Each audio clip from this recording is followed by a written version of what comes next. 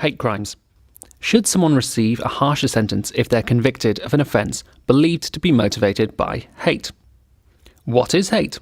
Can we define it? Which, if any, characteristics should be protected under hate crime laws? All that and more coming up.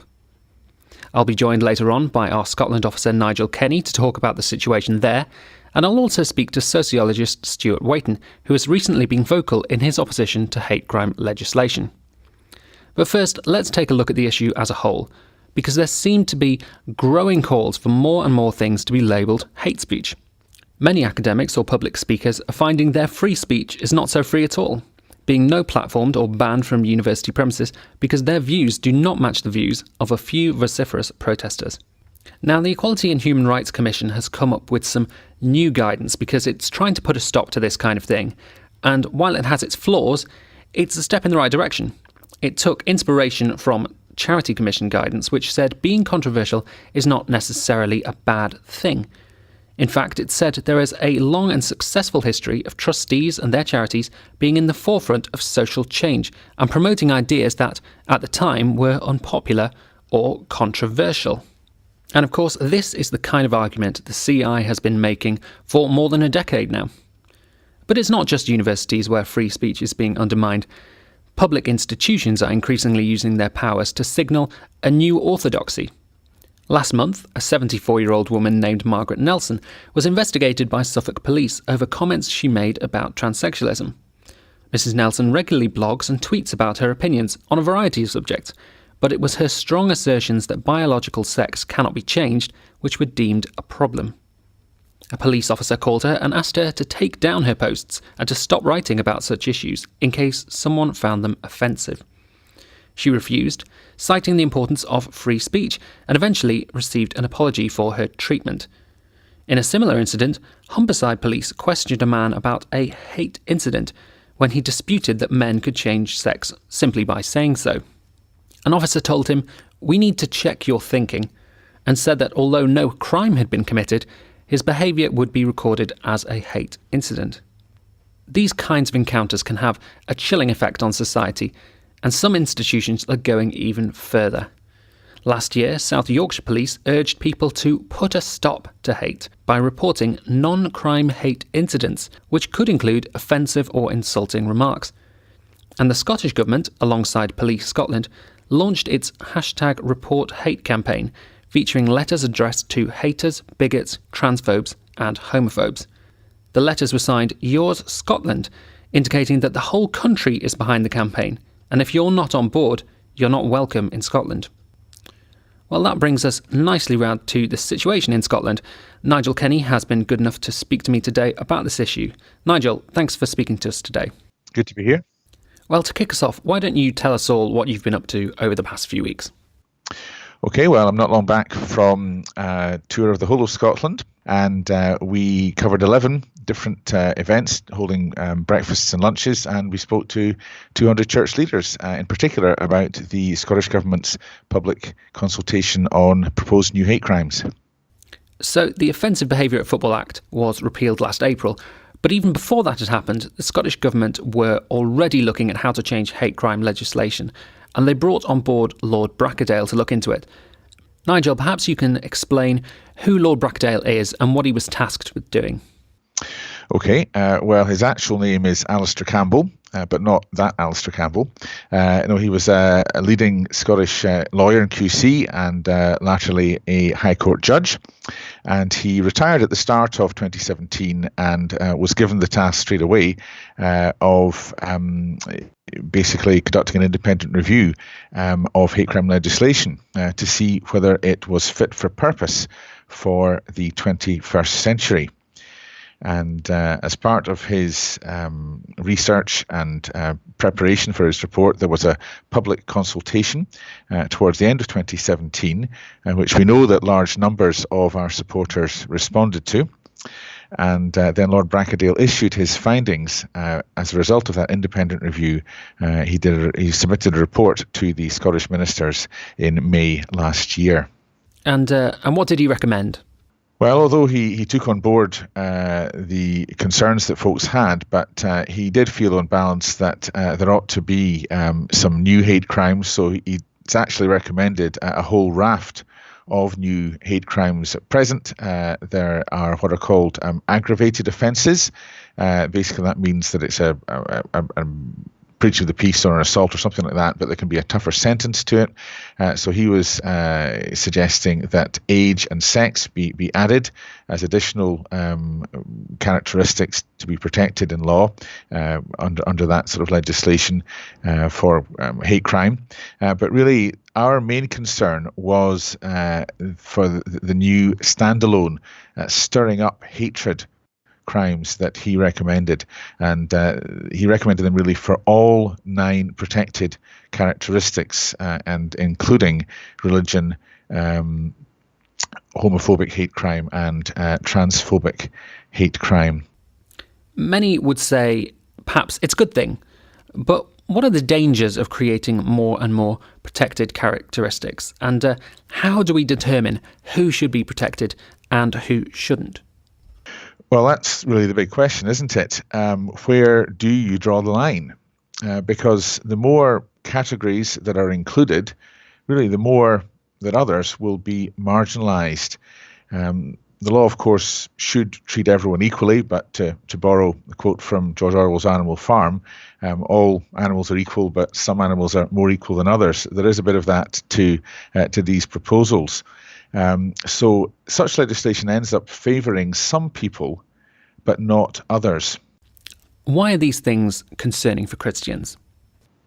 Well, looking at the big picture, obviously every human being is equally made in God's image. And the Bible tells us that God is no respecter of persons. But these laws do make some people more, you might say, quote, special, quote, than others. So that not everyone is going to be treated fairly and equally before the law. And obviously that's going to produce all sorts of injustice. And that's something that displeases God, as we read, for example, in Isaiah 59. But there's also a really big concern that we have that historic Christian teaching on a range of subjects, for example, the uniqueness of Christ as the only way of salvation, our understanding of what marriage is between one man and one woman, our understanding of what constitutes morality, what is right, what is wrong, even our understanding of humanity itself as male and female is very often at odds with current popular thinking. So our disagreement with some people in relation to these matters is often viewed by them and by the media as hatred. Another concern that we have really is that the threshold that Lord Bracadale is recommending is much lower than existing stirring up hatred crimes that have been on the statute books in England and Wales for some time. Now, the legislation there it has a high threshold, which is good, that the behaviour has to be threatening, it has to be intended to stir up hatred, so the courts have to prove that that intention was in the mind of the individual. And thirdly, there are robust free speech clauses. And as a result, Christians have really by and large not been caught. However, Lord Bracadale's recommendations have a much lower threshold.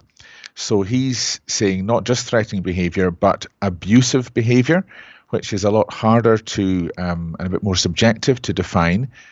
Secondly, it's not just behaviour that was intended to stir up hatred. He's adding that if it were likely to stir up hatred, so the intention of the individual is entirely irrelevant. And thirdly, in relation to the free speech clauses, it's a bit of a moot point, a bit of an open question. Will our politicians be in favour of free speech clauses, especially on some of the issues that I've mentioned earlier? It really remains to be seen whether they'll be keen to have free speech clauses included in any of these hate crimes, some of these hate crimes, as they get debated in the Parliament. Can you give us some examples of how ordinary Christians could be caught up by these new proposals? Okay, I mean, there's almost limitless examples. I mean, one of the first that comes to mind is those who preach the gospel. And the subject matter of the sermon is to do with the exclusive claims of Christ, that he is the only way of salvation. Someone gets to hear that, and maybe a comment is made by the preacher, the pastor, whoever's preaching, about some key verses like Acts 4:12, John 14:6 that speak of the fact that there is no other way to God except through Christ. And they make a comment saying that other religions will not get you to heaven. And someone hears that and thinks that's actually stirring up hatred against their religion. So there's one possibility. And obviously, any of us sharing our faith, these are objections that often come up. And if that was done in any kind of public setting, then that there could be all sorts of difficulties there with the police getting in touch. It's really a big concern for us that unless there are proper free speech clauses put in, and the threshold is high in this legislation, that these kind of scenarios could actually happen very soon. Well, as you say, a lot of Christians will be very concerned about these proposals, but there's still an opportunity to do something, isn't there, by responding to the government's consultation? That's right. So we have until this coming Sunday at 5 p.m. To respond to the consultation, and listeners can find that. In particular, really listeners in Scotland, this would be for principally. If you just Google consultation on Scottish hate crime legislation, so that's consultation on Scottish hate crime legislation, you'll find the website. But we've also produced a briefing. Folks can respond online, obviously, at that website. But if they would like help from the Christian Institute, then please phone our head office, which is 0191 281 5664, or you can email us at info@christian.org.uk, and staff will be able to give listeners access to the guidance that we've put together to help them respond.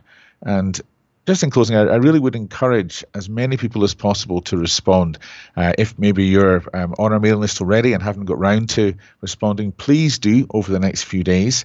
Or if you're not and would like some help from us, please do ask us for it, because it's very, very important that as many people as possible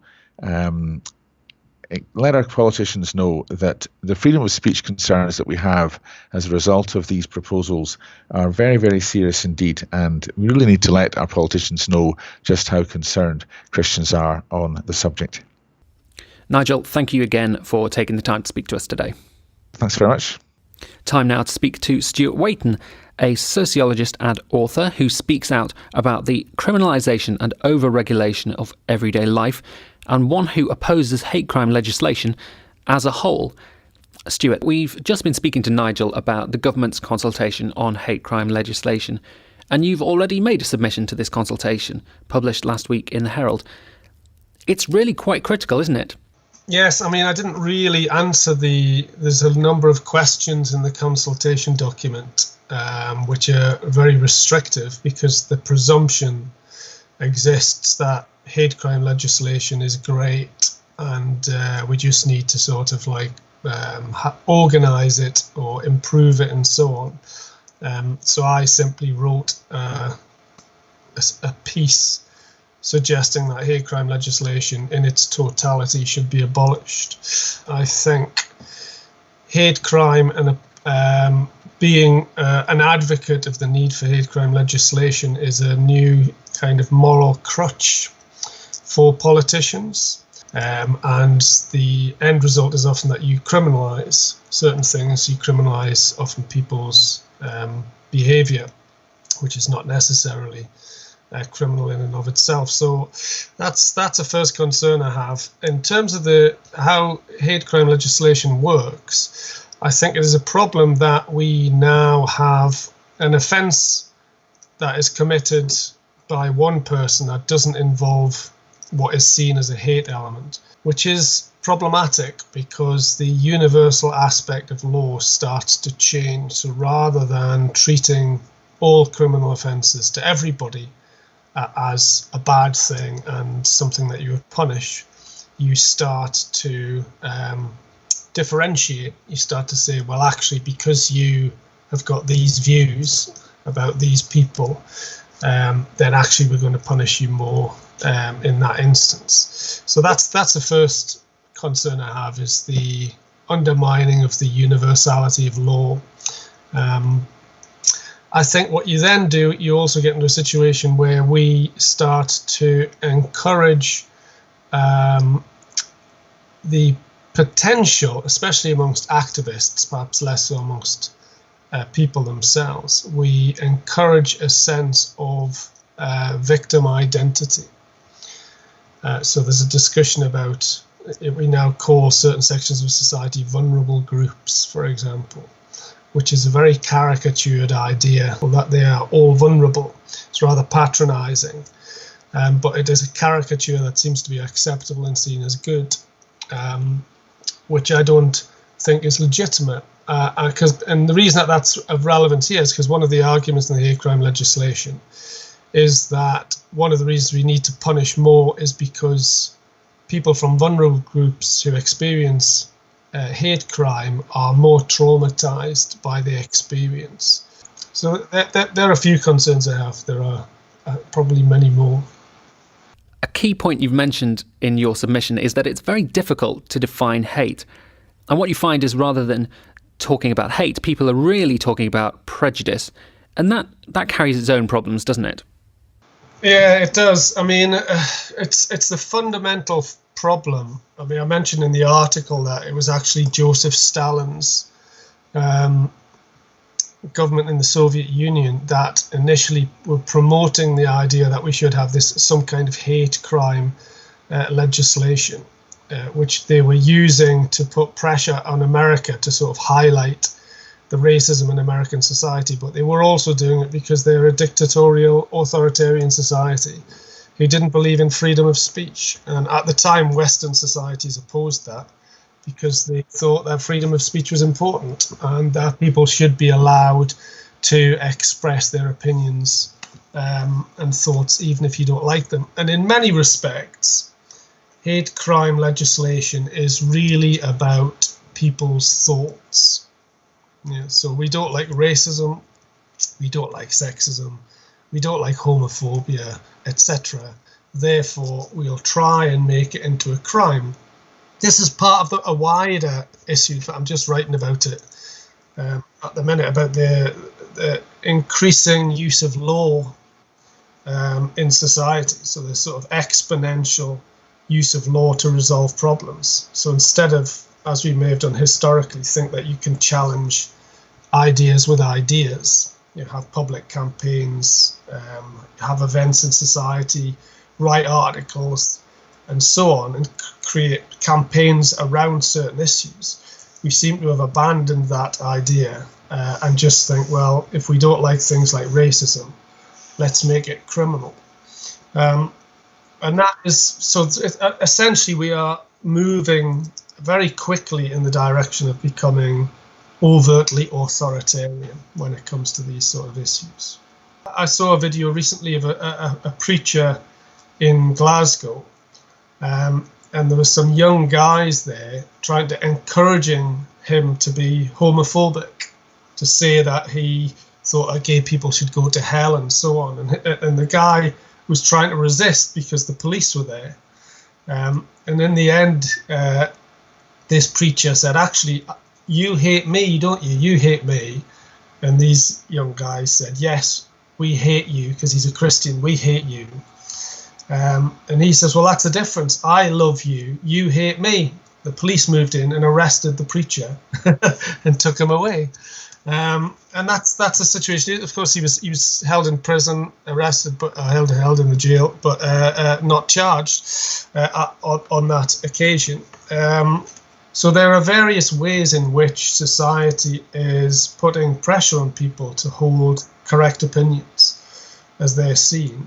But this is just profoundly authoritarian. You have to, if you don't like someone's ideas, you have to have an argument with them, and you have to try and change the ideas that way. That is what a progressive, liberal, tolerant society would do.